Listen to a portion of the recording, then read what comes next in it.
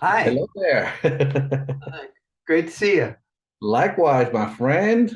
All right, so we have some general questions, and then we're gonna get into some like techie questions and these viewer questions.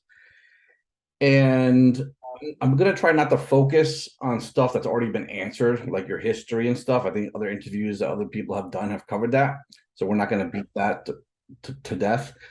Um, and then the whole point of this is to just document the original practitioners of this philosophy and this science, as I like to think of it, for Mhm. posterity, because you have so much knowledge that it would be a shame to not capture it for future generations. And your viewpoint is your viewpoint. If you don't agree with anything that other people agree with, I still want to hear it. I want to hear that because that's truth, and I'm all about trying to grab truth. So, Great. with that being said, this is our intro. This is Theta to the nth degree, Theta N. My cute little play on Theta and Thetan, get it? And what we do is we document, the truth about Scientology, good and bad. There's plenty of viewpoints out there about this, and I just feel it's unbalanced, and we should try to balance it. There's a lot of critics out there that have their viewpoint; they're entitled to their viewpoint, and there's people that are just pro and a little bit blinded, I think. So if we get just some genuine um, data, that's going to be very valuable. Yeah. So, without any further ado, we are with Trey Lotz. He is one of the most prolific Scientology auditors on the planet. A man with a lot of experience. He's an OT VIII, new OT completion, and a Class 8 auditor, correct? Correct. Okay. Now, tell us about your current practice. How many hours are you in the chair each week, and what do you actually deliver? Well, today, for example, this week I did 24 hours and I had a completion on the week valence rundown based on the tape, the law of the week valence. And well, I average probably 11, 12 sessions a day, audit about 10 hours about 10 hours a day for 5 days, and then 6 or 7 hours the other 2 days. So I'm putting in a good 60 hour, 70 hour week.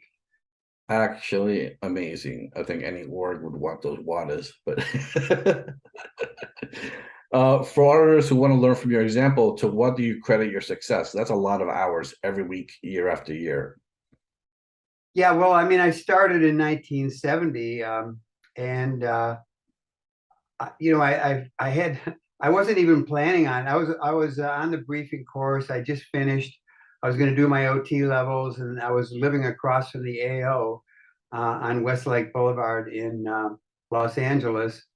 And some guy knocked on my door, and he said, "Hey, can you audit my girlfriend, please?" And I said, "Okay." And so I took her on, and she was paying me. At that time, you could audit on credit. She was paying me $25 a week. And then somebody else down at Delta Meter on 8th Street said, "No, I'd like to do that too." So I took them on, and they were going to pay me $25 a week. And my rent was $45 a month, so I was doing okay. And then in my extra time, I was doing my OT levels, and and then I started to get more and more PCs, and it was always a bit nerve wracking because when I finished somebody, I never knew where my next PC would come from. But what actually happened was somebody would show up, and I realized at some point, as long as I was willing to sit there and audit, somebody would be willing to show up and sit on the other side of me. And after 6 or 7 years, and I never had a slow week, I realized, well, I didn't have to worry about it too much. I just had to keep producing, and that's how I got into it. If I had to start today, it would be a lot harder, I think. But since I've been auditing for 50 years, I had a lot of, even when I left the church, I had so many people that I'd audited, I don't know, well over 1,000 people, Mm. and a lot of them kind of followed me into the indie field. and they would refer people. A lot of new people that never were in the church have been on my lines. People who got up through their OT levels and then got sandbagged by the church and just decided they wanted to do the tech and they didn't want to put up with the church anymore. Right. So everything's been going really well. Let's say just a general business success where you have a referral-based business because you deliver excellent products. I'm assuming that's kind of the secret. Yeah, I just keep producing. I just make sure everybody that comes in leaves with good indicators, and that's no real secret to it. It's just trying to deliver good tech and in a way that's really considerate and flexible with people. I'm always willing to talk to people. People can call me, and so I'm just being a terminal for them. Excellent. Okay, do you deliver anything off of the official grade chart, like any part of the CBR bridge, Excalibur, Infinity, or any of those other offshoots? Or is it just pure LRH tech? No, it's really 99% pure LRH tech. I don't do anything off the CBR bridge. I didn't look super thoroughly into it, but it seemed like they it didn't their solo knots wasn't really anything. The Excalibur solo knots was it didn't seem like it really did anything different than regular knots or solo knots would do. Anyway, so I never was really that interested. What happened with this LRH 2.0 was when I heard about them originally, I of course discounted it 100% and had no interest. And then I had 3 or 4 tech terminals that I had a lot of respect for all tell me, hey, this guy's come up with some really good stuff, and why don't you check it out and try it out? And so I ended up when he was down in LA, he came in and met me. Now I know he was claiming to be LRH, and I was very skeptical of that. So anyway, we sat down across from each other, and I looked into his space. I said, "This guy's not LRH." He just definitely wasn't. And because I'd been in LRH's space, and it was a huge difference. Sure. But what happened was, and I met him again, talked to the first meeting didn't go well. I thought he was way too aggressive. I didn't like some of his ideas. But one of his friends talked him into continuing and try to get into comms. So we did, and he came over again, and I again looked into his space, and then he started talking about the tech. He started talking about Scientology, and there was a real shift there. I definitely saw some, I don't know if you would say LRH, but LRH-ness about him. Right. And so I thought, well, I'll check out his tech. So I like some of the things. Some of it didn't make too much sense, but some of it, I'll tell you, when doing the L's and doing all the auditing I've done over the years, he focused in on equilibrium points in the case, balance points. Mm-hmm. You can unbalance by spotting the equilibrium and spotting whether it was an equilibrium of matter, energy, space, or time, and putting your attention on both sides, and it would unstabilize it, and the thing would as is, which is the construction of case to a very large degree is in equilibrium points between two opposing things. Yeah. So Forces. So I really started to do that mostly in my own solo auditing, and I found I got a lot of wins out of doing it. And there was one person that asked me if I would audit one of his procedures on them, and I did. It's worked very well, and they were happy with it. But beyond that, no, I don't really use his stuff in the PCs that I audit. I've used it in my own solo auditing, and I, give credit where credit is due. I mean, some of his stuff was very workable. My friend who had a falling out with him, he almost got into a fist fight. Sounds like a winner, this guy. Well, in the end, he said, how did this crazy bastard come up with this stuff? So when he wasn't being a tech terminal, he was being a jail yard thug. So Yeah, very, very strange story. And I'm glad you brought it up because did have a lot of questions from viewers about that. So you pretty much addressed the question as far as how you got involved with him and your I guess you at one point realized, there's some value to his tech, but well, he was, yeah. Then he started lying about the bridge. He said, well, he was saying he was telling me I shouldn't be auditing anybody on OT VIII or not or the L's because, as he says, the L's were never meant for the public. Complete lie, and that there was no such thing as OT VIII. So of course we sent him a tape of LRH announcing OT VIII, and then he never said that again. But that was the end of it. I haven't had any con with him for over 2 years. So. Gotcha. What's your biggest lesson learned from that whole experience with that man? Well, I was open to what he had to say, and I was willing to see if because look, auditing. There's two parts to auditing. There's what to run and how to run it. Now, how to run something, I've been trained up to my eyeballs for 50 years, and that's what I do. Now, what to run involves checking certain things, getting reads or two-way comm, getting reads, correction lists, however you're getting the read, and then using a technique to handle it. Now, some of the things that he suggested on what to run, I would check and find they read, and in running them with standard stuff, I found I got something out of it. So just in the same as if I listen to an LRH tape and he talks about between lives implants, and yet there's no rundown on between lives implants. Right. Did he mention certain things? So somebody was interested in that. I wrote up a list of all of the things having to do with between lives implants, sleep lights and beams and, implant station.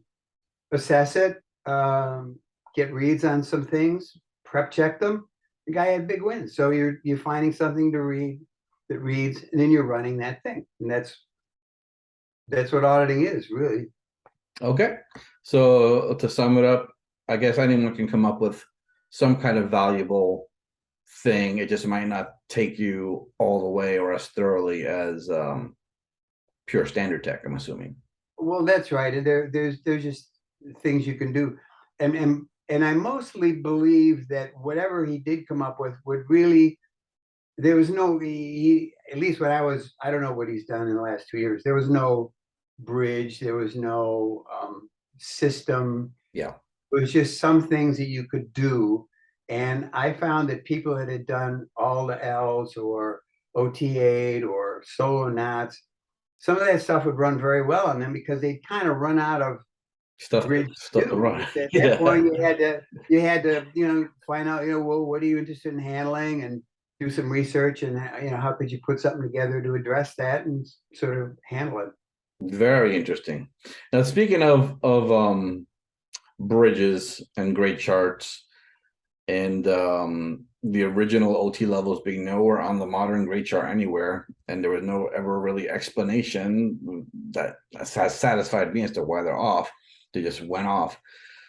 What do you recommend the proper bridge be for the majority of people? Like, what should that sequence be? Do you stick the the original OT levels in there somewhere? Like, what is the proper bridge according to Trey Lotz? Well, one of the first controversies is whether you do whether Dianetics should be done in the beginning or after grades. Now, when I started, I did about 10 years of standard Dianetics, 1 through 9, A through D. I did probably 10,000 hours of standard Dianetics. At the bottom of the bridge, people would do a Purif, then standard Dianetics. And then later on, it shifted, and the purpose of NED is different than the purpose of standard Dianetics. Purpose of NED, and there's some different rundowns and different procedures, is so that the guy will go clear on Dianetics. And he may not, but that's the purpose. The purpose of standard Dianetics was not so the person could go clear, was to unburden his case, to get drugs out of the way, and to get some enough charge off of his case and give him, when you run an engram, the reactive mind becomes real to you. So it made it real to people. Right. Now, currently today, I still think it's really good to run Dianetics at the beginning. So on most new people, I do book 1 auditing. I do Dianetic auditing book 1. Then I do life repair and so on. And I've got got somebody on Ned right now that I'm doing. He's winning really well after his grades. He's running very well. Now then there's the OT levels. Now I had heard from somebody who was in the tech hierarchy that LRH had said that the best way to do the original OT levels was after solo nats, before OT VIII, OT 5 and 6. OT VII I've run on dozens of people, which is the original rehabilitation of intention OT VII EP. They used to be run in the middle of OT 3, but anybody who was having any trouble getting through their OT levels, I would run them on rehabilitation of attention, the new or the old OT VII. Original OT VII, okay. Yeah, so that could be done anywhere after OT 3, and it's a really good thing to run. It doesn't take long either. So you would say, okay, Dianetics, basically book 1 or standard Dianetics, depending on the individual, the grades as normal. Yeah. Then Ned to go clear, or do you recommend the clearing course? Well, if the person goes clear on Ned, there's really no purpose in doing the clearing course. On the Class 8 course, people always go, well, I wonder if I'm clear or not, or am I not? He says in the Class 8 course that if a person can run OT 3, then they're clear. So that's your reality factor about that.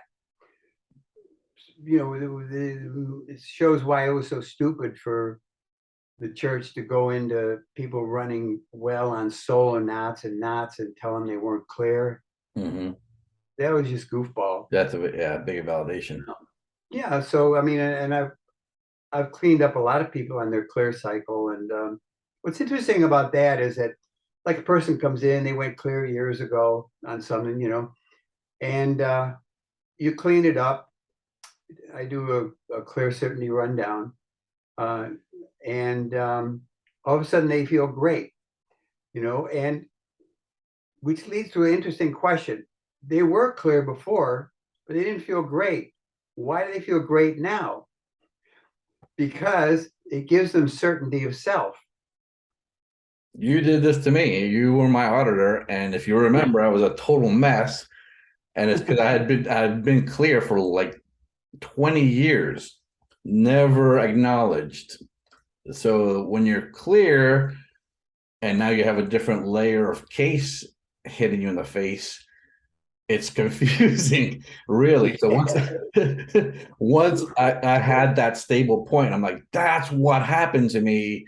That's the huge win that I had. Holy cow. And I've been operating in a different paradigm, but also with this other stuff that just straightened me out. And then when you added the L's on top of that, we did L11 and L12 with you.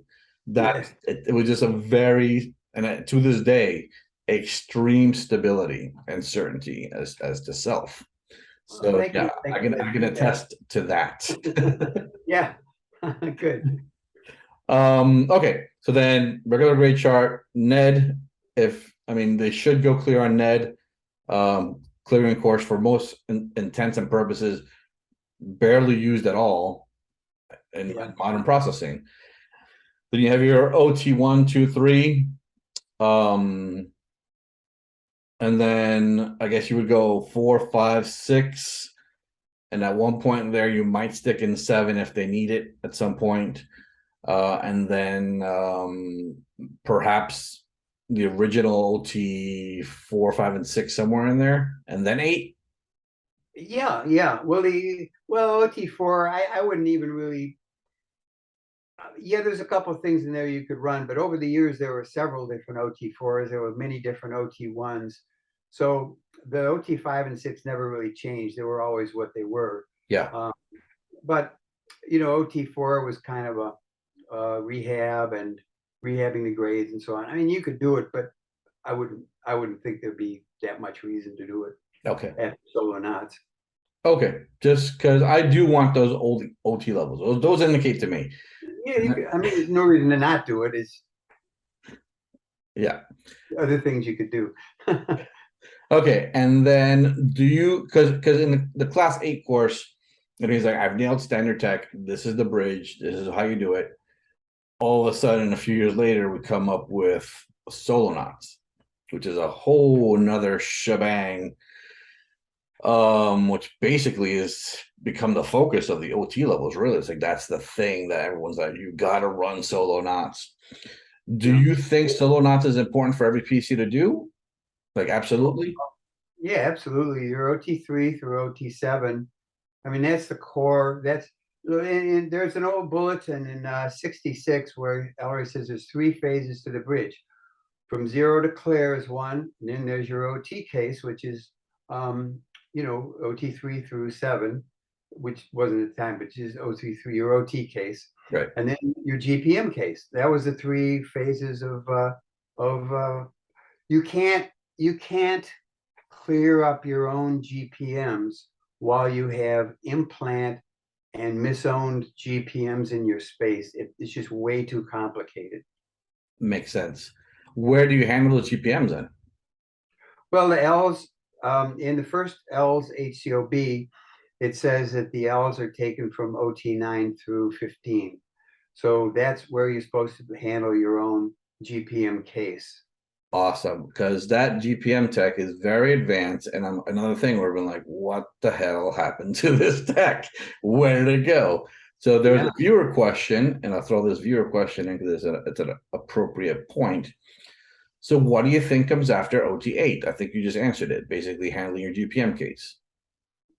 Yeah, well, what that's a new question because I just finished somebody on, as I said, on the weak valence rundown, and there's only 2 things we really know for sure about what OT9 is. One is that it uses the techniques that were developed for the L's, number 1. And number 2, it was based on the tape, the weak valence, or the rule of the weak valence. Mm. And it answers the question of how does a very powerful being become a very weak being? And you're used to thinking of thetans going into the winning valence Right. However, what you don't really usually notice is going into the weak valence because the weak valence defeated you. So in other words, you have a victim that's a weak valence. That's a weak valence, a victim. Right. So somebody's a victim and they cause you to become less causative because they've succeeded in their being a victim and convincing you that you shouldn't be powerful. Wow. See? So if you start to put together a bunch of those, and again, I went over the tape. I got a bunch of areas that LRH talks about there, devise some listing and nulling questions, which is what you do on the L's. You just make, you create the questions right in session there. Right. And it was just, I mean, I've audited several people on it and they just love it. Amazing. Okay, so that answers that question. We don't know anything about 10 through 15, so far as we know. No, I would say Pierre's write-up would be as close as anybody's going to know about it. LRH had some handwritten notes on what was supposed to be in OT 9 through 15, and he had them in a folder in his office on the ship. Several of his top auditors, like Otto Roos, Brian Livingston, maybe 1 or 2 others, saw them, read them, and knew what was in them. And somewhere along the way, the folder disappeared. So Pierre had interviewed some of these people who related to him what they remember from those OT levels. So that's that's as close as we're going to ever get to knowing what they are. But I think that knowing what the dominoes are, you can kind of figure, now if you handle this, what would be the next thing to handle, you know, based on um, uh, reading maybe what the EP is supposed to be, which was in the full grade chart, any other data that those guys had remembered from reading it back then. And I think you could, but then even if it's not like, okay, this is, because I don't really claim that what I put together is OT9, I just call it the weak balance rundown. It's sort of as much of an OT9 as we're going to have, Right. but you know, it's not the official OT9. So what would you do in, what would be the next thing? Well, you look at OT10 and say, well, it's supposed to handle a certain thing and get a certain EP. And how would you get that? And you technically you'd have to think think backwards. What kind of things would you have to address in order to get to those points? If you're not doing something like that, you're just, what you would do is you would just, you know, what would you like to handle? What do you have attention on? Where do you find your ability is limited? Mm-hmm. And the beauty of the ELS tech is that you can make tailor-made programs to handle literally anything that the person would like to handle. Because it's all valence problems, it's all flows problems, like reach and withdraw problems. Yeah, then like you had mentioned that um I'm assuming it's okay for me to bring this up, but you're in your own auditing now, that's how you kind of operate, where you're looking out in your space and finding things to run. Well, yeah, it's both things. I still follow model session, which is rudiments, and then the body of the session. So in rudiments, yeah, I, because my own space is, when you finish solo knots, you're finished solo knots. And the other name for solo knots is hidden influences. So when you're no longer being influenced by other beings in their uncleared state, Mm-hmm. this is the make break point of solo knots.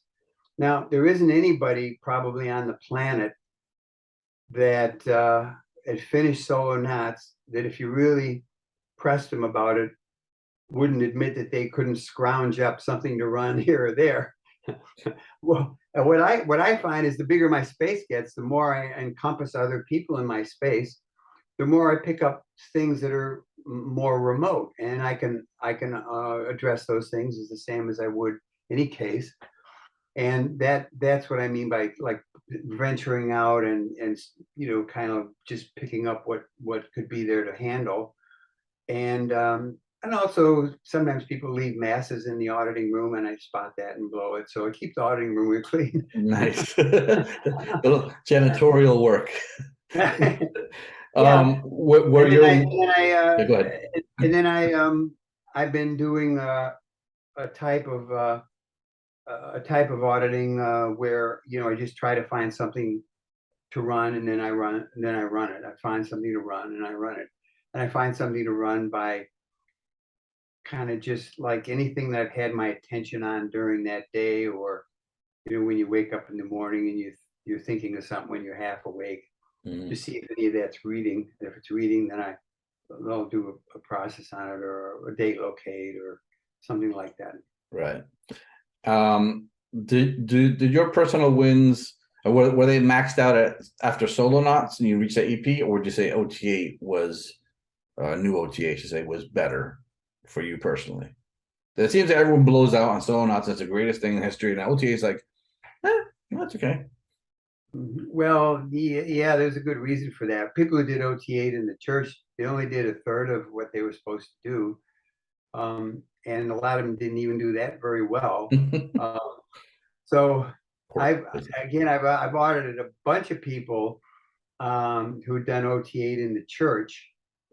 And there's three parts to OT VIII. There's time, location, and identity.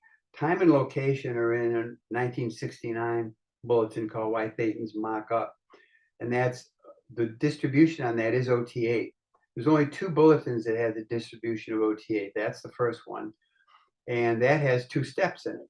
And then the third bulletin that is distributed OT is called OT VIII, the final step. And in the instructions, it says the third step of OT VIII is as goes. So when I was doing it, I said, well, what are the first 2 steps? I was doing it on the ship. They said, well, we don't know. Well, okay. so after I got out, in talking with Pierre and I'd seen this bulletin. Well, I think I was on my Class 8 course when I did it in 1971. And I'd had a copy of it for 50 years, but I never really put it together. And until Pierre pointed out that they both were OT VIII. And so if you take somebody and you run that first step, then the second step, and then either rehab or flatten the third step, they get a lot more out of it, a lot more out of it. It really cleans up your space. Because it's like auditing.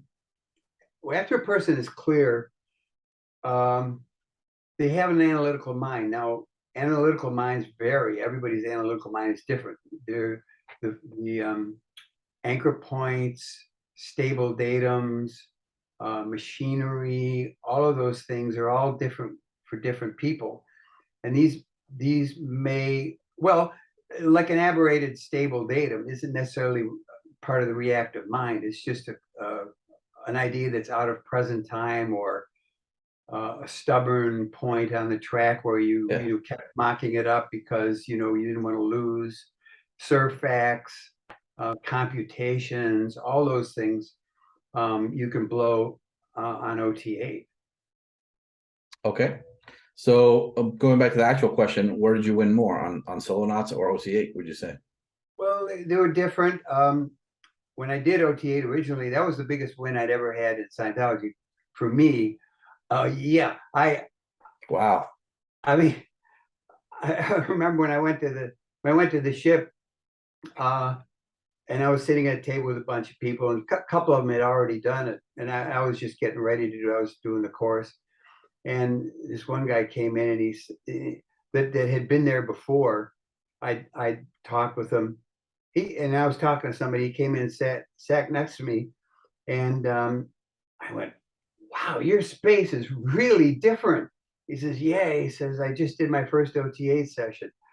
He says, it's amazing how something so simple, this one little, you go XYZ, and then half the room disappears. And that's kind of what I experienced at that time. Was my TA rocketed up from like 2.2 to 5.2.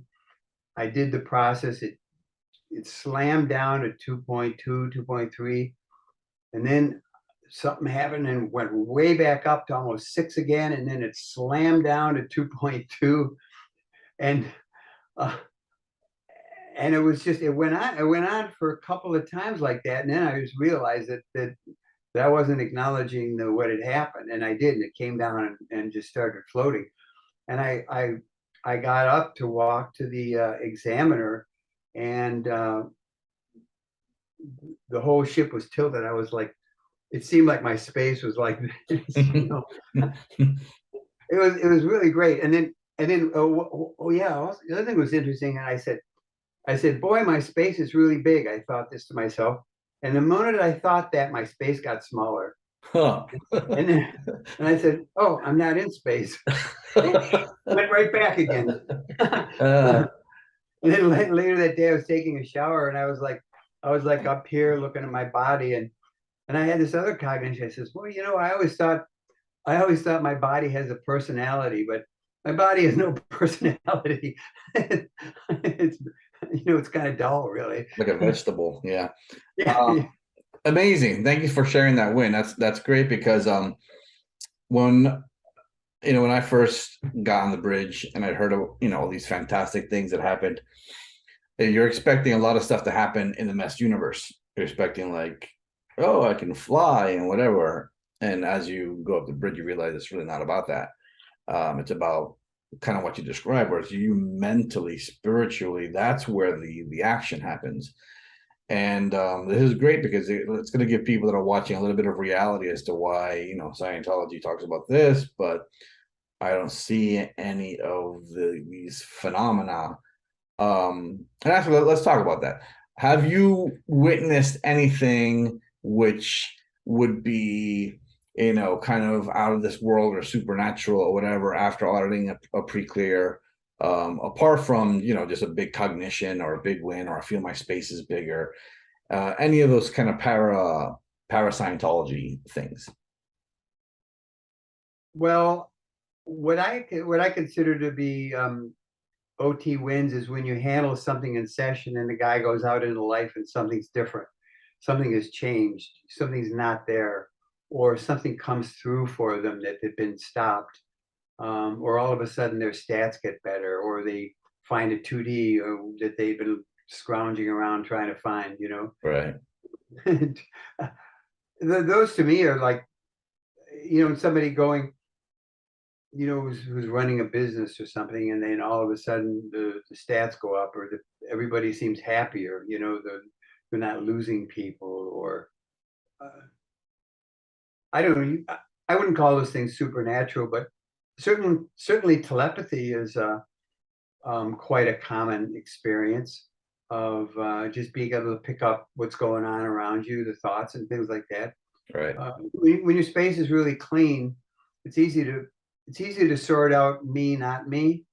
You know, this is the basic confusion of anybody who's clear, in particular, me, not me, Right. mine, not mine. Mm-hmm. And so you have a thought in your space, and you just immediately spot where it's coming from. Right. Right. Yeah. Which is cool. This is cool because it also ties into a lot of other practices where they almost have like a piece of it, you know, like manifestation, and I'm going to think positive thoughts, and you know, think big and get rich by Napoleon Hill and all that kind of stuff, which people call New Age-ish. And it's really just postulates and your ability to postulate and create that thing. And I guess the higher you are, the cleaner you are, the easier that becomes. And then it can literally be like magic, where, you know, this thing pops up, or like I had this stuff happen this week, very crazy stuff. I'm not gonna get into it, but communication from a formerly extremely hostile terminal has come with a lot of affinity, which is like, what the heck is going on? Yeah. It's like the EP of the suppressed person rundown. Yeah. when you could see Right. what you're doing as an OT. You can align flows, you can align particles, and you can align flows, and then things happen. What stops anything is misaligned flows or misaligned particles. So things just straighten out around you. Yeah, exactly right. Exactly right. And becomes like ask and the universe kind of delivers. Right. All right. So I'm gonna go down these questions here. Great conversation so far. This is invaluable, Trey. Thank you so much. Oh yeah. Okay, here's another viewer question.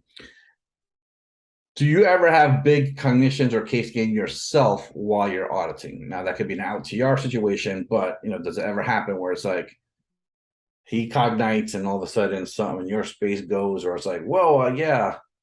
Oh yeah. Well, that's one of the great benefits of being an auditor.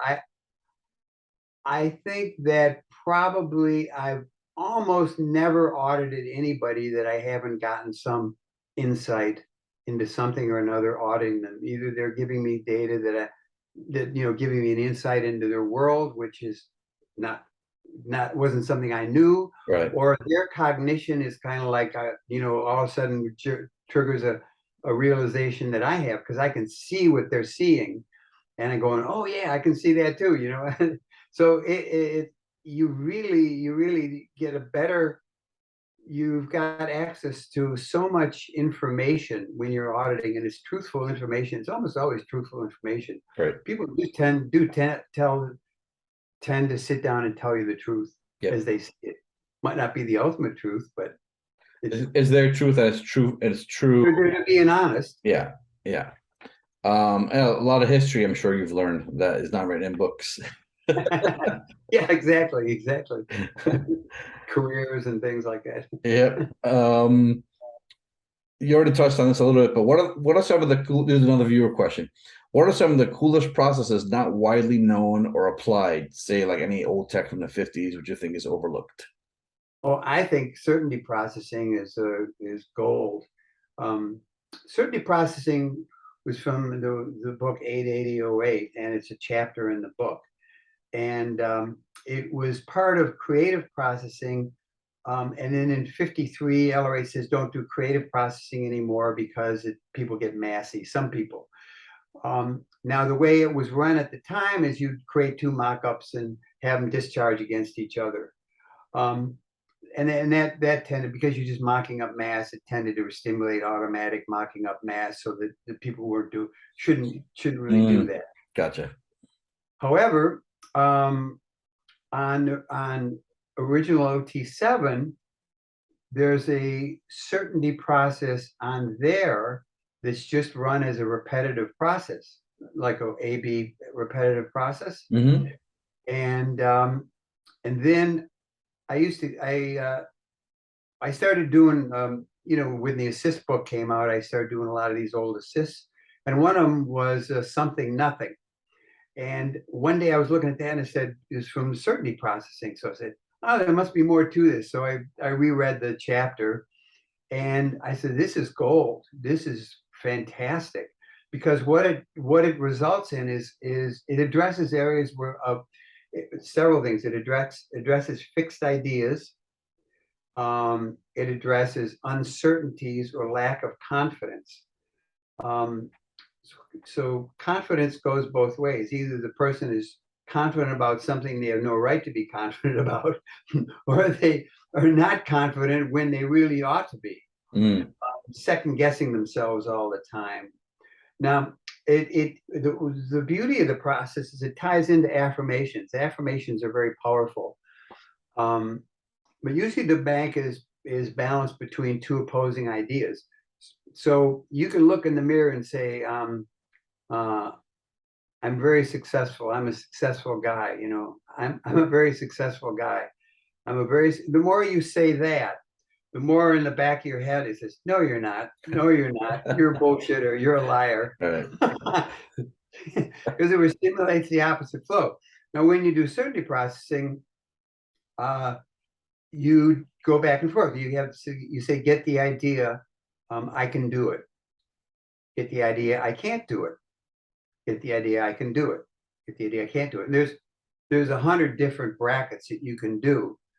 And what that does is it allows you to when you say I can't do it, it makes you consciously create an idea that otherwise you're automatically creating. So it takes over the automaticity and your automatic thinking, which tends to be the aberration of the analytical mind, is automatic thinking and out of present time thinking.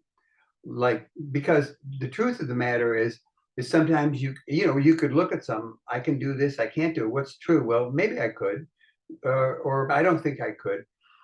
That's okay, because that's an assessment of the situation. The present time reality, yeah. Yeah, if somebody says, well, why don't you do this? I can't do that. Automatic thought. Right.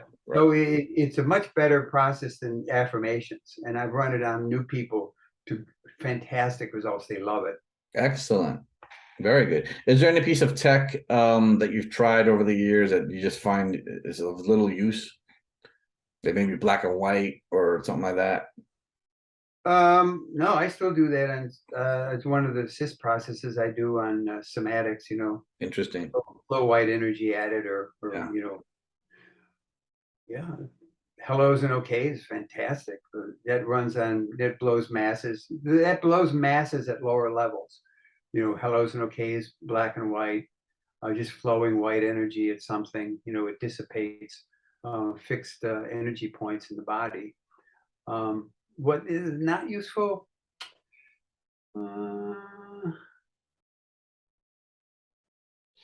It's hard to say, because you're mostly, of all the hundreds of things you could do, you're mostly always doing the mainline thing. Correct. And all of those are useful. if somebody has a particular situation and there's a tool there you can use, you can pull that out and use it. But you wouldn't do that unless you thought it was useful. So True. mm, I don't really think of much. I don't really think of much that couldn't be used. Some things work better than others, like LRH says. He says it all works, but some of it works faster than the rest of it. Just like mock-ups, like some people can't handle that very well, and other people probably, well, this is the greatest thing since sliced bread. So I guess it depends on the PC. All right, Yeah. excellent. All right, here's kind of a deep one, another viewer question. Actually, before I get to that one, I want to circle back because you said Pierre had a write-up of these old OT levels I'm sorry, of levels 9 through 15. Yeah, he put something on his website. Because I've never seen it, and I've literally like everything, but so it's on his website somewhere, a write-up. Yeah, I mean, I haven't looked at it in a long time. I remember reading it, but it's there on his class 12. All right, so all you explorers out there looking for tech, go to Pierre's website. Rest in peace, by the way. I just found out he passed away on the 30th of June. Right. Okay, so, and that leads me into another viewer question, which is kind of specific. This is asking, did he receive the confidential not EPCS info from Pierre? Yeah. Okay, so there's your viewer question answered. Yeah, there's a rundown there to verify the EP of knots. Yeah, he gave you that. Okay, great. So you have all that. You have basically the entire bridge as best as we can. You possess it. Yeah, I've got all the correct ELS materials, which Pierre made a real point of saying that there was like at least 5 different ELS packs out there, all of which either had some data that was incorrect or was missing data. And he really verified everything with Otto Roos, who was one of the original class 12s. Otto verified all of the correct ELS materials, as well as Jeff Walker, who he audited. Very cool. All right, good to know. And how does somebody get these materials? Well, I don't know. I mean, since Pierre passed away, they're not online. I mean, Pierre just gave me some of the bulletins that he had. He gave it to me in bulletin form. Some of the rest of it was he was CSing for me for several years after he trained me.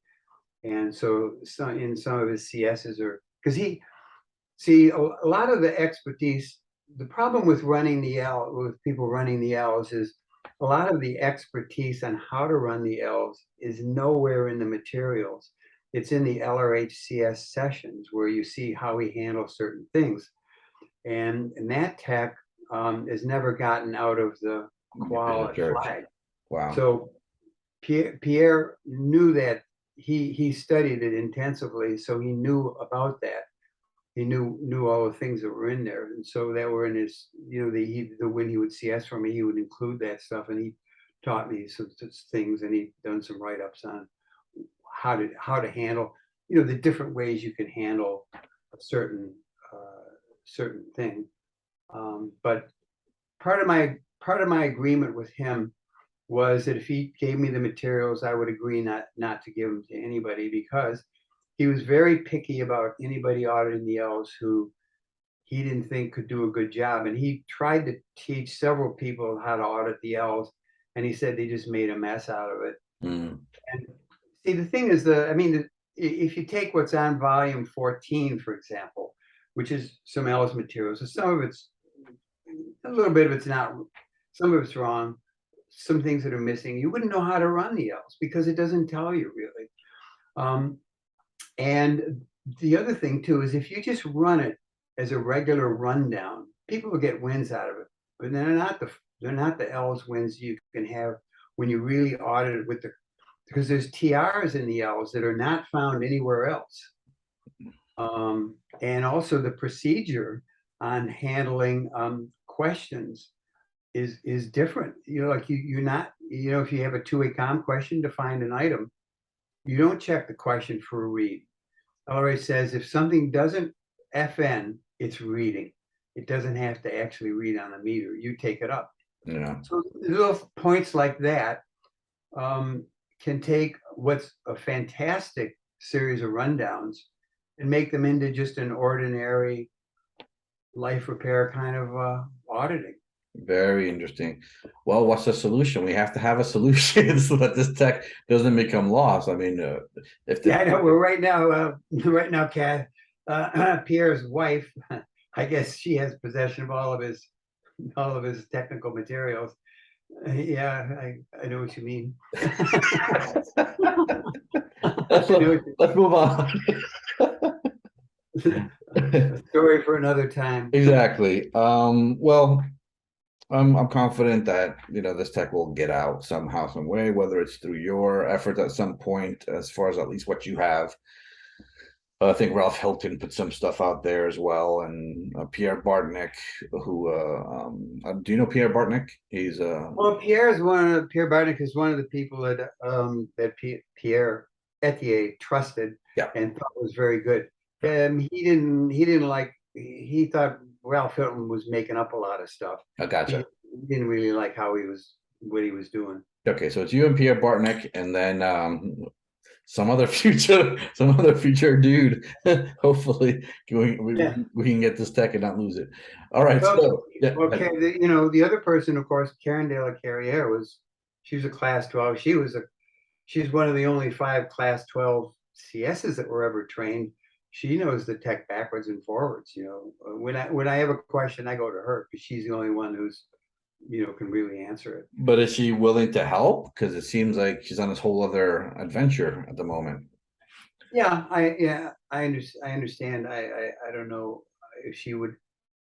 She hasn't, but I don't know if she's unwilling or just has been doing other things. So Okay, well, I'm just saying that the data is there. all right. So let's get Karen happy and helping. So, and hopefully we can between all these very knowledgeable terminals rebuild this tech. She's a great tech terminal, very nice person too. Yeah, she introduced. She was the one who introduced me to you, so I've done nothing against her. Oh yeah, we've been friends for a long time. Yeah. Okay, so next thingy. We're getting deep here. This is a viewer question, and I'm going to read it verbatim. LRH was asked about his concept of God in his Introduction to Scientology interview, where Ron clearly feels there was an author to it all, and not an all of a sudden one fine day fluke of evolution. What are Trey's views on God? Not particularly the eighth dynamic as infinity and or God, but rather the concept of a prime creator. Well, the seventh dynamic or the sixth dynamic is the physical universe. The seventh dynamic is all of the create points that go into the sixth dynamic. So the create points of the universe are outside the universe. The create point on the theta universe is just source. Now, you can't say that there are several gods. You can't say that there's one God, because that brings numbers or quantity into something that has no quantity and an identity as well. Yeah, well, there's no identity. It's pure quality and potential. It's the potential of create, and before there's any create, there's the potential of create. So once something is created, it exists in space and time, in the theta universe space and time, or in the physical universe space and time once it's gotten more solid. So that's my concept of what source is it's something you can't because it's above symbols. You can't symbolize it. You can't represent it with words. You can only feel it. I think you can only experience being part of it. But once you experience that, you don't have any other questions. Exactly. Just as a little anecdote, I've experienced kind of the state of what people call enlightenment or whatever. And it's just literally just being fully MPT and knowing I can if I chose to, but there's not even that going on. It's just right. Yeah. You've expressed it perfectly by not expressing it. Right. But you're still operating within this realm. So you can still, like, it's not like people go like, oh, you have to leave and you're part of this mystical fairy world. I'm like, no, that state is now, it is here, and you're just having this. There's stuff, you know what I mean? Yeah, because here's the thing, when people read the factors, or they think, oh, well, they have to go way back in time, and then they can find out what happened way back in time. However, the truth is there is no past, there is no future. Anything that is any that is all everything that's described in the factors, it's all happening right now. Now, exactly right. So it isn't a question of going back in time, because that just gets you further into time. It's backing out of space and time, backing out of it, and then seeing it. Exactly right. We are on exactly the same page there, my friend. So yeah, so my whole point of bringing that up was like, don't back out of life because you're seeking a godlike state. I would say that now that you have seen it, you can actually play more. You can actually now, you're more self-determined. You can actually do stuff, even though you've already had that cognition. I think there's a concept, a miscommunication thanks to other religions, where it's like you will see wonderful things and whatnot, but that's not really what it is in my view. And I think you kind of agree. And I think that's a beautiful state to achieve, where it's all happening now. It's always happened now. There is the now, and that's whatever. And then things move around in the now, and there's been movements, in the past, and there will be movements in the future, but it's really now. And how big your sense of present time is kind of defines your now. Yeah. Right? Because you can Right, decide, my now is 100 years, and I've gotten in trouble with this because I've been able to expand my time so big that I don't do anything, because I'm like, I got all the time in the world, and I'm like, I better adjust my viewpoint so I get some work done. Right. Okay, with all of your experience, do you see any ways in which Scientology tech could be improved? That's the viewer question. Well, I think the improvement isn't so much in the tech as it is in the rendition of the tech. I think that auditors who are afraid to audit aren't ever really good auditors, because you're going to be a little unnatural. You're going to be sort of out of valence. You're going to be split attention between the PC and wondering if you're going to have to spend a week in cramming. So it's my wins as an auditor have been in the direction of you listen to LRH tapes of his auditing, and I remember students listening to his tapes and writing up these big crams on LRH for his OT, because he was kind of loose in session, and he would originate things, and he would acknowledge in certain ways, and and he said, oh, he's evaluating, and I would listen to it and say, now, is he really? No, he's not. He's not evaluating. He's responding. He's in calm. He's not in val or eval, but there's no doubt about the fact that he's running the session, and he's tracking with the PC. He's like, because you're always running what the PC is interested in running, and giving them wins. That's the gradient. So the ability to do that requires, I think, some experience. I don't think you're a really good auditor until you've done 2,000. You're not a good auditor until you've done 2,000 hours, and you're not an excellent auditor until you've done at least 10,000 hours. Ooh, I got a ways to go. Well, and by the way, the studies, there's a book called the Outliers by Malcolm Gladwell. He says there's been extensive studies on what it takes to become an expert. And all the studies have come to the same conclusion. You've got to put about 10,000 hours in of study and practice to get good at anything, to get really become an expert. Yeah. Yeah. So, that's the same with any technologies. The more you do it, the better you get at it. So I Yep. don't think there's anything wrong with the tech, but there's a lot wrong with, when I was on the ship in 1975 and I was doing the internships there under Brian Livingston. He was one of LRH's research auditors. Um, I got a cram on something, and anyway, he was doing this cram on me, and I said, oh well, this happened in session, and I really thought I should do this, but I didn't. I did, this other thing that I thought I was supposed to do, and look, when you're a beginning auditor and you just do what you think you should do, you're going to screw it up. When you're an experienced auditor, he says, do what you think you should do. Right. Right. That kind of applies to everything. So auditors out there, new auditors, veteran auditors who've given up whatever, I say just get back in the chair and try. You know what I mean? Because we're never going to get there if we're just on Facebook groups arguing with each other about minutia and technical points. Get out there and apply it and see. What are your views about auditing over the internet? Another viewer question. Well, I think I know several people that audit over the internet, and they seem to do well at it, and the PCs are happy with it.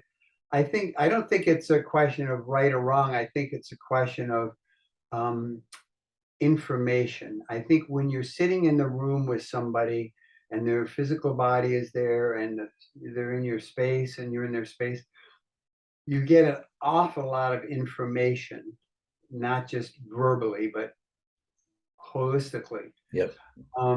When somebody's on a screen, there's more significance and less mass. So you get less information. You're not really in the person's space as much, even though, of course, you could be to some degree anyway, just by being in comm. Right. So I think that it's a step down from a real ideal scene, but it's a workable scene. And I don't have any quibble with people auditing over the internet. If I don't have any quibble with any auditor if their PCs are happy and feel like they're having wins, Awesome point. And it's interesting. One of the things that LRH got criticized for was his temper, being angry and getting angry at people, and which is true, and you wouldn't want to be around him when he was angry. But one time I was just really taking a look at it. I said, there's an additional question here. It's like, who did he get angry at? And then I realized that every time I heard about him being angry, he was angry at an auditor who was screwing up a PC, or a course supervisor that was screwing up their students, or some politico that was trying to take Scientology down. Right. So I think that his anger, he could use the tone scale, and he even said himself, anger is effective if used sparingly and briefly. Agreed.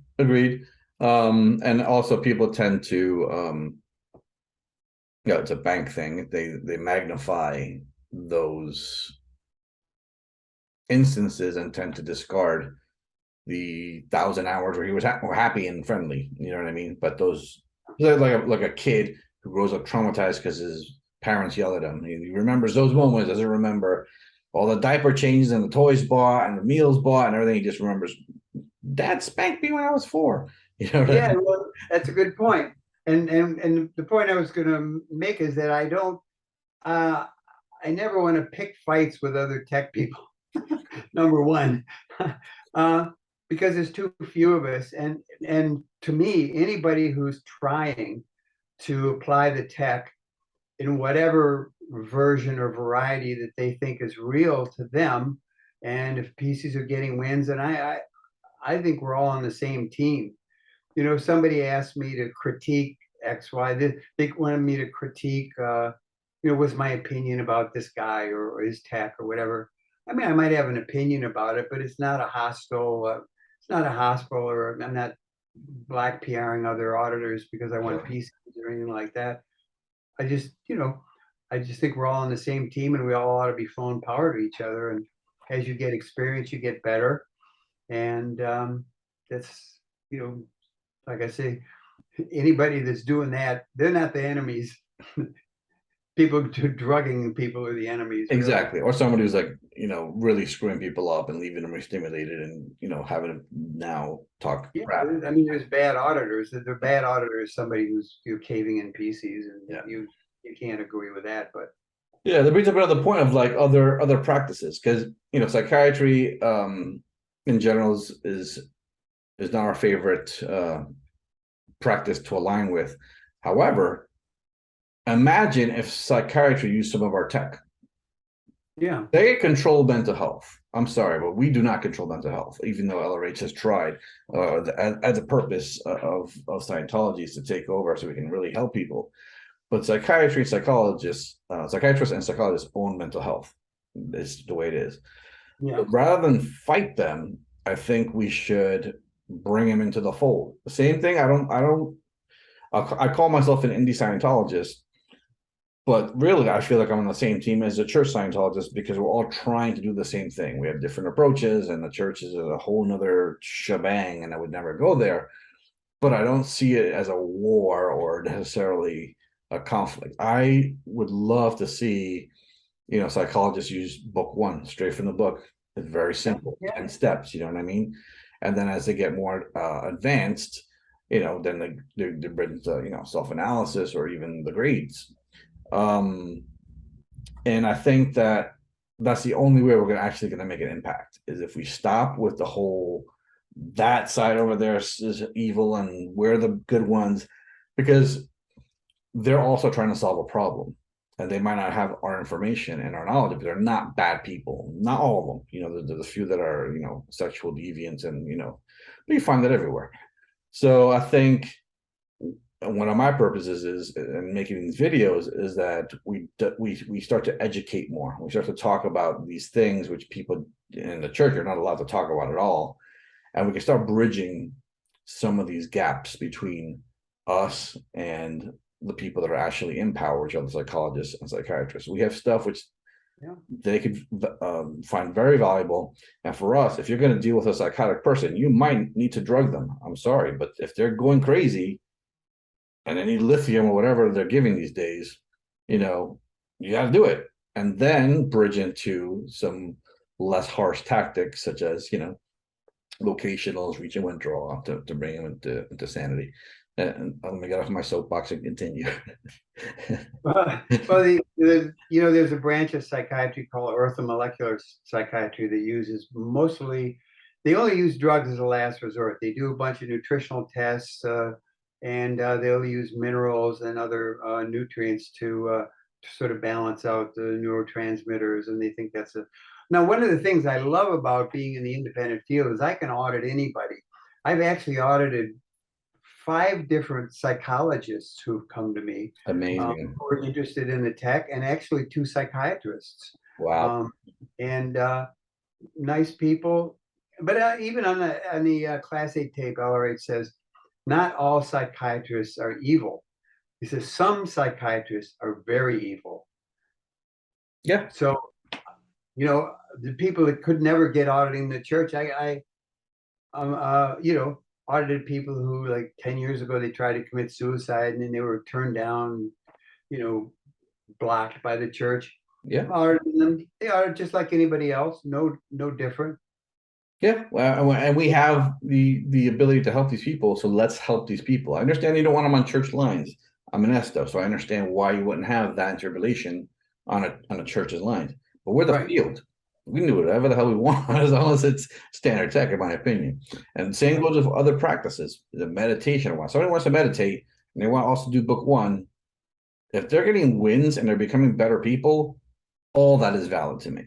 I just think unless it's getting in the way, I don't I don't do. I don't. I mean, I audit people who also do other things, but Yeah.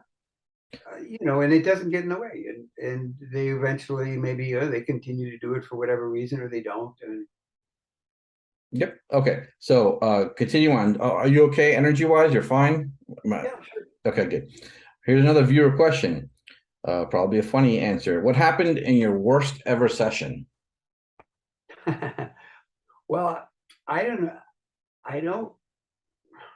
I don't remember a worst ever session. I remember the most harrowing session, and that was, I would say that was 20, maybe 25 years ago. A woman that I knew that I'd done some sessions on, she said, I have this friend who went through something extremely traumatic. Some guy had kidnapped her and raped her and held her at knife point. And this is over a period of about 2 days, and threatened to kill her. And Jeez. this had happened like six months prior. And she was a wreck. This woman was a wreck. And she says, "Do you think you could do something?" And I said, "Well, yeah, I think okay." Then she said, "You know, when she's afraid to be in a room alone with a man, and being a Thetan of the male persuasion myself, um, I was able to. I told her, look, it's okay with me. You can sit in the room. Mm.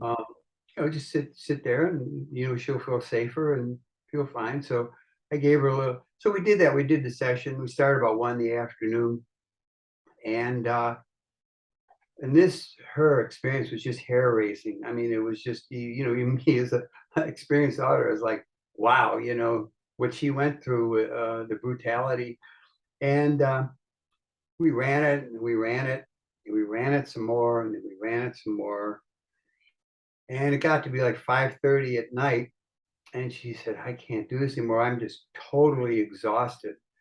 Um, so I talked to her. I said, "So well, I don't want to audit you if you're really exhausted and hungry," which she was, "but we really should follow up on this." I said, what about tomorrow? Can you come in tomorrow?" And she says, "Yeah, I could do that." So she came in the next afternoon. She sat down. She looked a lot better. I said, you know, I asked her how she was doing. She says, "You know, last night was the first night I slept in 6 months." So we did another 2 hours. The whole thing lifted and blew, and she said just was so happy to finally get rid of uh, this experience. You know, would have ruined the rest of her life. Really would have crippled her. She would have been in therapy for countless hours, probably on medication and whatnot, and you handled it in a day. And wow, what a story. That's incredible. Yeah, so that was probably my most intense. But that first session, I felt, you know, after I couldn't finish it, I was like, I was exhausted myself, you know, because all of her mass that keyed into the session, all was dumped right in the auditing room, and she left it there for the next day. So I knew she was coming back because she left her mass there. Yeah. What did you run around? Was it book one? Just to get, Yeah, book one. yeah, figured. Um, Speaking, you mentioned something interesting, which was a Thetan of a male persuasion. What do you feel about all this transgenderism stuff happening nowadays? I know a lot of it's um, contagion of aberration, because it's just in the media constantly. It seems to be like a agenda, really, how they just keep throwing it out there.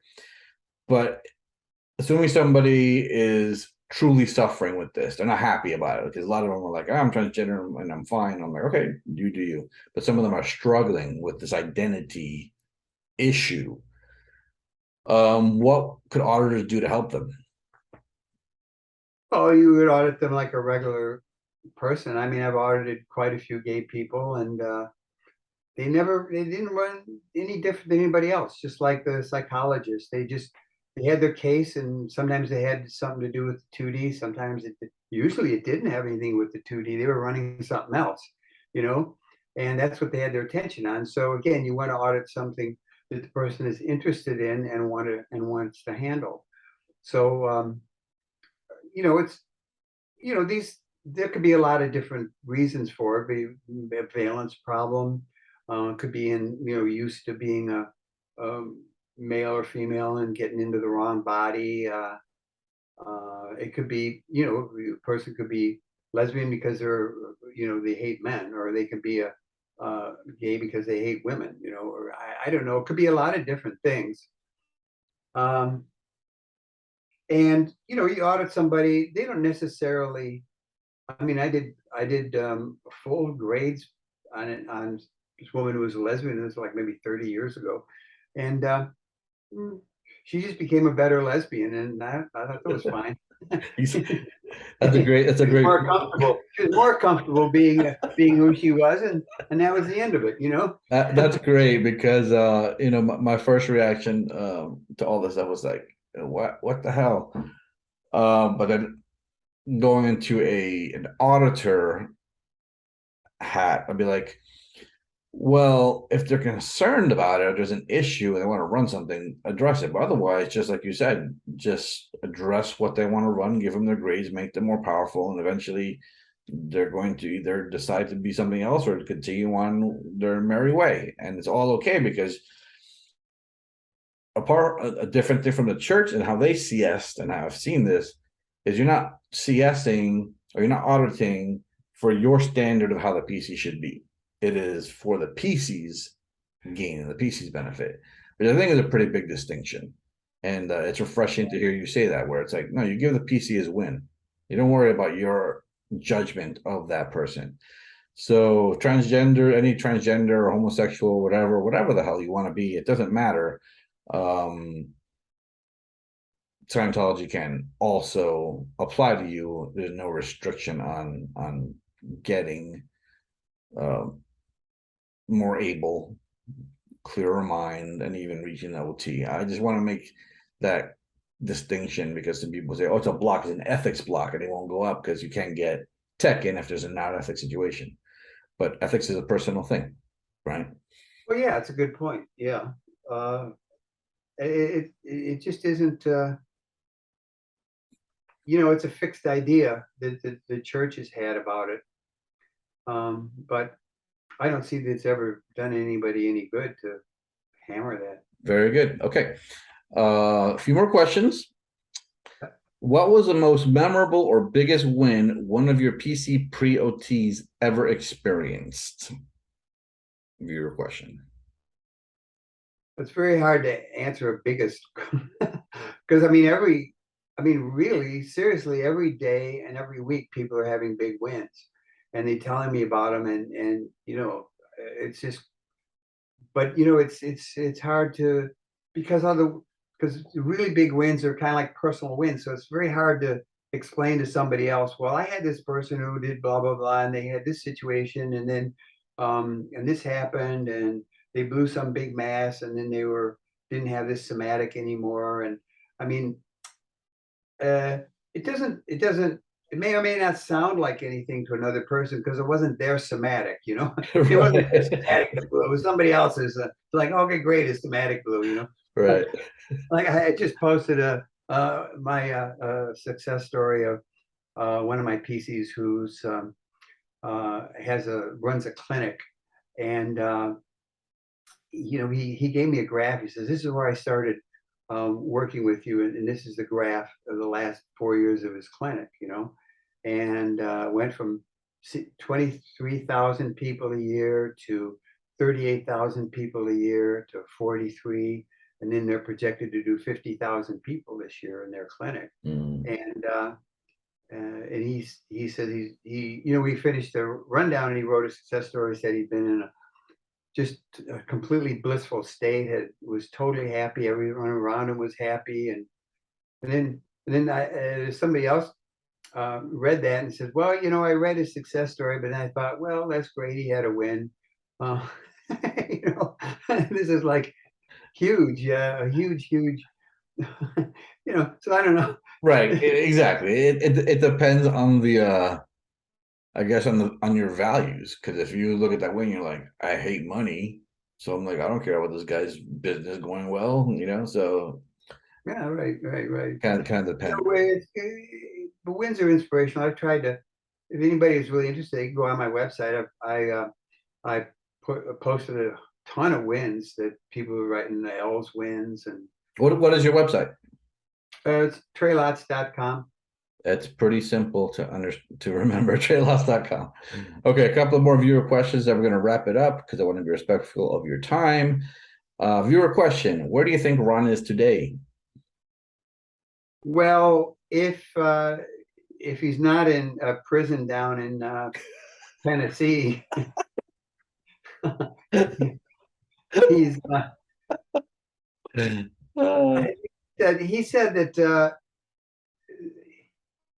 one of my friends was Gene Denk, Dr. Denk, who had the Shaw Health Center, and Dr. Denk was with him for the last year of his life, taking care of him medically.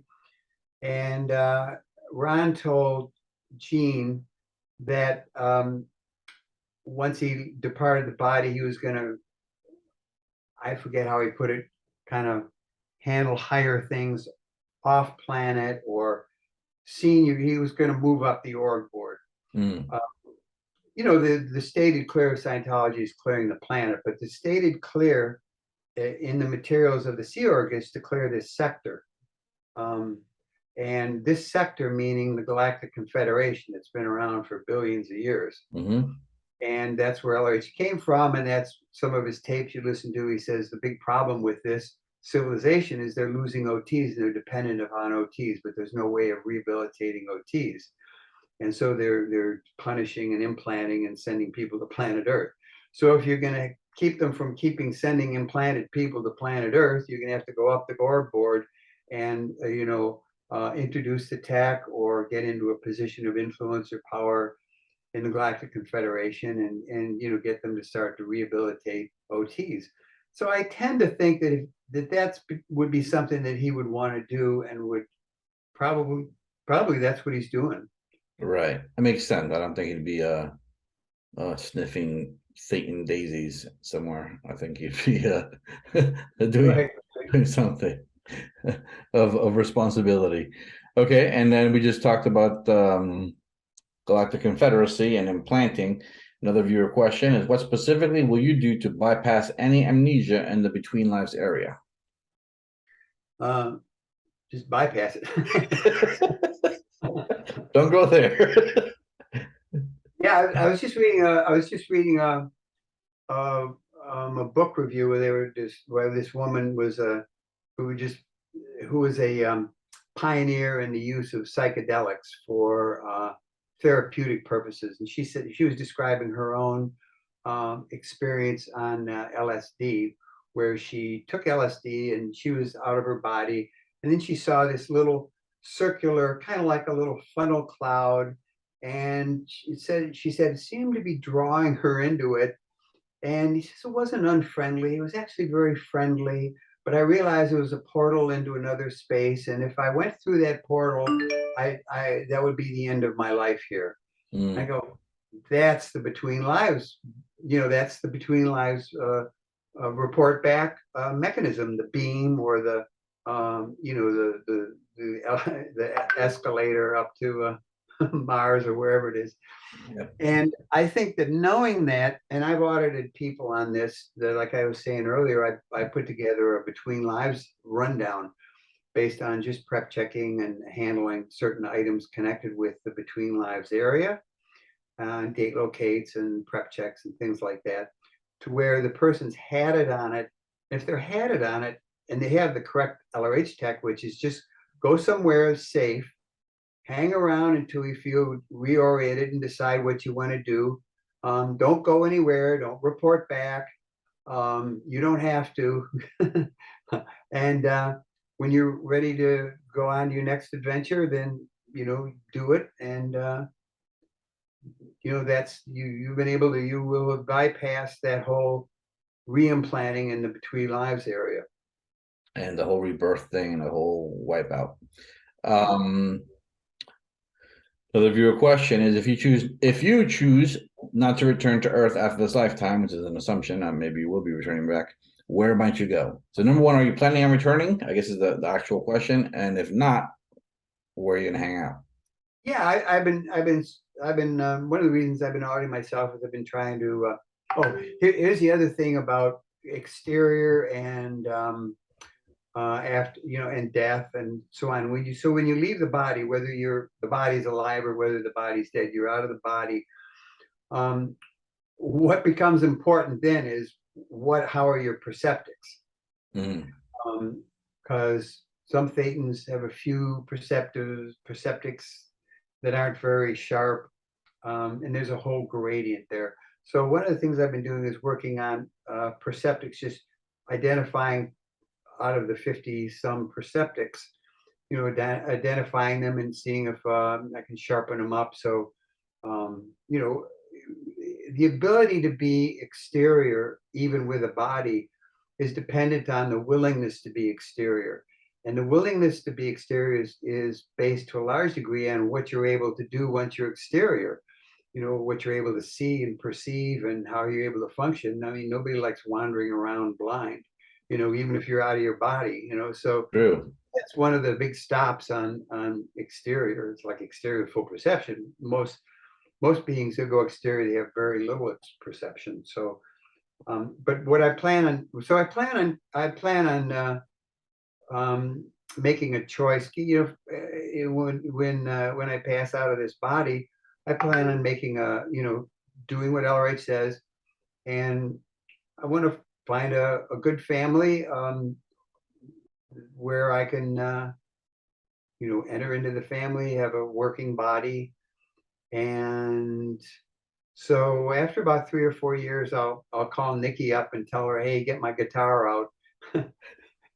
Because I told her, look, if I pass away before you do, don't sell anything. My biggest nightmare is come to a big exterior and see that there's a big yard sale and all my albums are like 10 cents each, I need those. Yeah. So what I was thinking I would do next time is, because even this lifetime I was starting to read at the age of 3. So I was thinking of reviewing, getting the materials together again, rereading everything from the beginning. And then when I was about 4 years old, I'd start an auditing practice and I'd audit 2 and 3-year-olds. Very cool. So yeah, you're gonna be in the chair. You're gonna be in the chair for a while, which is good news for all of us.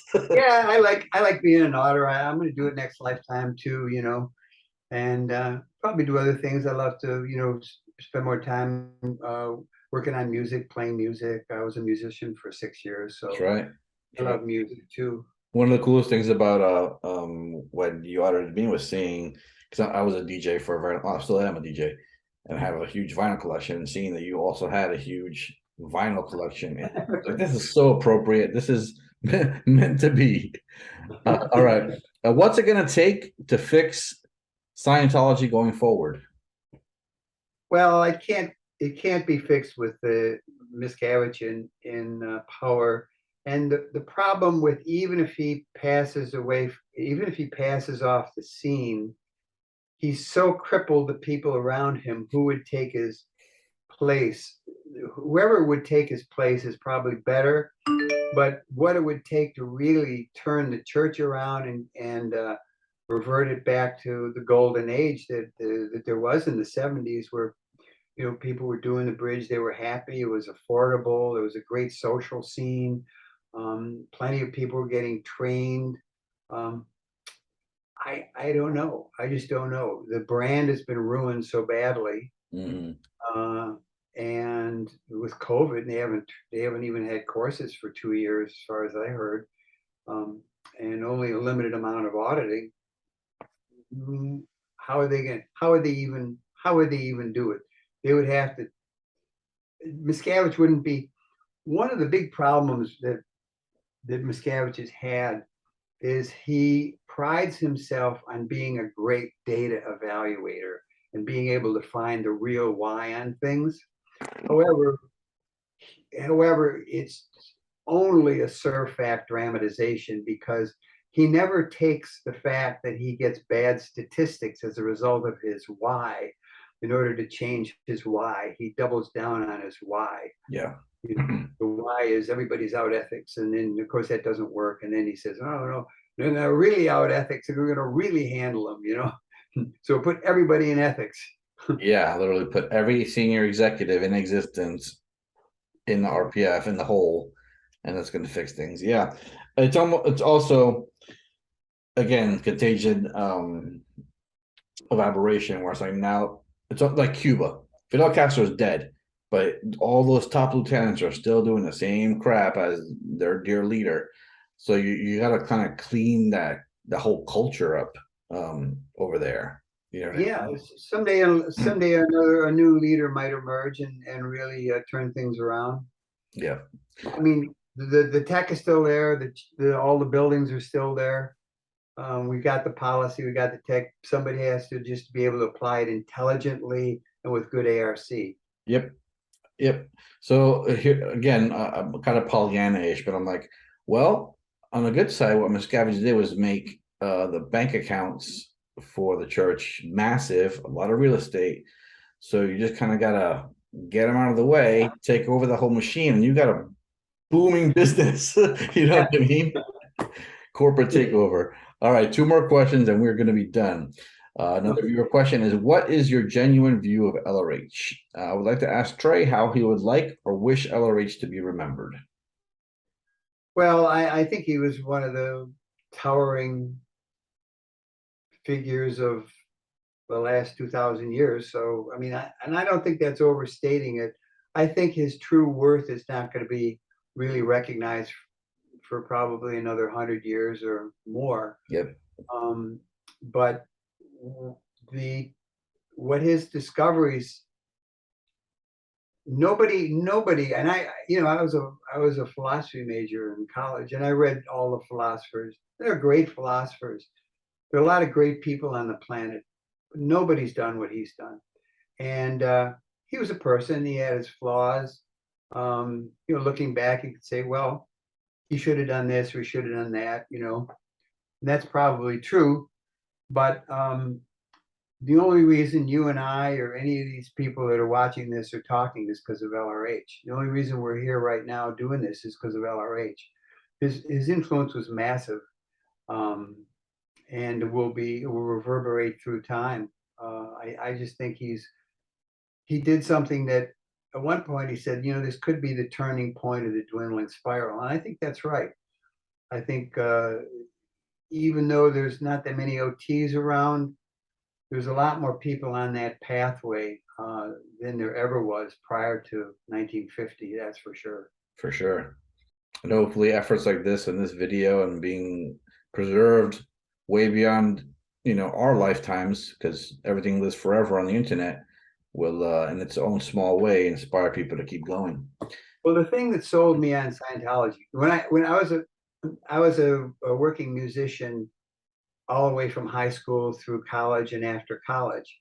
And after I graduated, and I'd spent 4 years studying Eastern religions and religion in general, and philosophy, depth psychology, logic. I did all that, and I would always think that it was a good semester if I would have two good cognitions in the semester. And then, after I graduated, I stayed in the area. We started playing full time and made some records and things like that. And I had a house trailer out on a farm in outside of Utica. And so a friend of mine who was in New York told me about Scientology and gave me a book. And I said, oh, well, I'll read it, because I thought, well, what could it tell me? Because I'm a philosophy major. What could I find out here? So anyway, so I read the book. I said, oh, this is really good. So I went back to Buffalo and I bought the 6 books, the basic books, and I took them back to Utica. And I spent an entire week getting up in the morning, reading the books, and reading the Dianetics book, and I was noticing, oh, a somatic in my knee turned on. Oh, that's interesting. And I read more. And, oh, the somatic's gone. Okay. Oh, this mental image picture turned on. Okay. So I got some reality on it. But I was having several good cognitions every hour.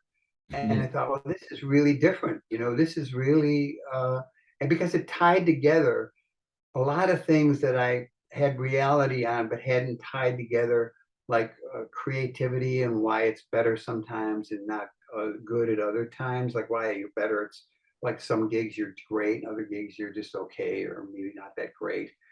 And you know what aberration is and why people get aberrated, how they get unaberrated. And I read Phoenix lectures that really impressed me philosophically, because LRH solved the problem of Western philosophy. The basic problem of Western philosophy is how do you get something out of nothing? And he answered that question with the axioms. And in the history of philosophy, there's only two schools of thought. There's the idea that the physical universe generated life, and then there's the idea that life generated the physical universe. And Scientology explores that, which is non-materialism, and the other side is materialism. There's religion, and then there's materialism. And so I knew that even though, like I read 88008, it was way over my head. But you know, I never invalidated it. I always thought there's something to this. It's way over my head, but I think if I, you know, if I persist and you know, take what I can and just kind of go with it, you know, maybe later on the rest of it will start to get to be real to me. So I could see the possibility and the potential there. Yeah. Yeah. Similar story. Like even still, like I look at all the Route 1, Route 2, and all, you know, creation of human ability and all that stuff, and right. like, okay, maybe one day I'll do the grand tour or whatnot, but sounds cool. Yeah. Exactly. Okay. Before I ask my final question, is there any question or anything you would care to say? Some question you've always wanted somebody to ask you that nobody's ever asked you, and then you would like to speak on that before I ask my final question? Well, yeah, one thing that I think is important to know in order to understand the bridge, especially the training bridge, is this. You know, when the golden age of tech came out, a lot of people hated it. I did the whole thing. I did like 550 hours, 11 hours a day for like 5-6 weeks. And I did everything up through grad 5. And I was very lucky because I did it with somebody who was a class 6, who had also been a course supervisor at Flag. And you know, on the golden age of tech for the grades, you know, or the classes, you know, 0 through 4, you know, there's the intention there. She explained this to me, and it made a lot of sense. The intention there is there's one way to do it, and you do it this way. That's how you want a class for, because like I said, if you're a beginning auditor, if you don't learn one way to do it and do it that way, you're going to do something else and it's going to be bad. Sure. So you want somebody to be on the straight and narrow.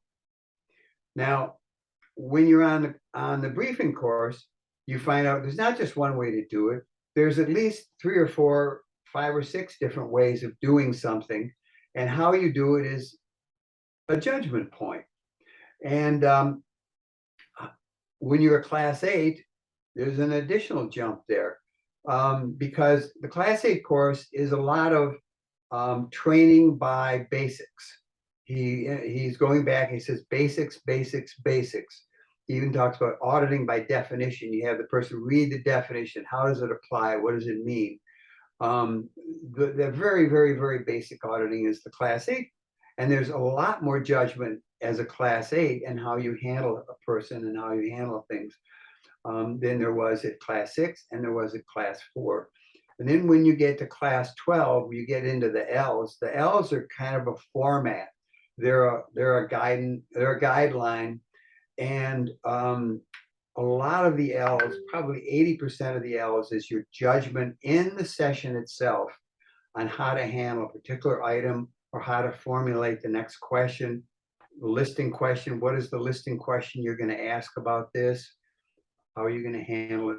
So you take somebody who's a class 8, and you're going to shove him back into a class 4 golden age of tech drills, and he's going to hate it because he knows there's 10 different ways of handling something, and this saying no, there's only one way of handling it. So it's like forcing a person down the bridge, which when you think about it, is what Miscaviage was doing when he was sending everybody back to clear and then back to the survival rundown. Yeah. And surprisingly, he ended up driving people right out past the beginning of where they were in Scientology.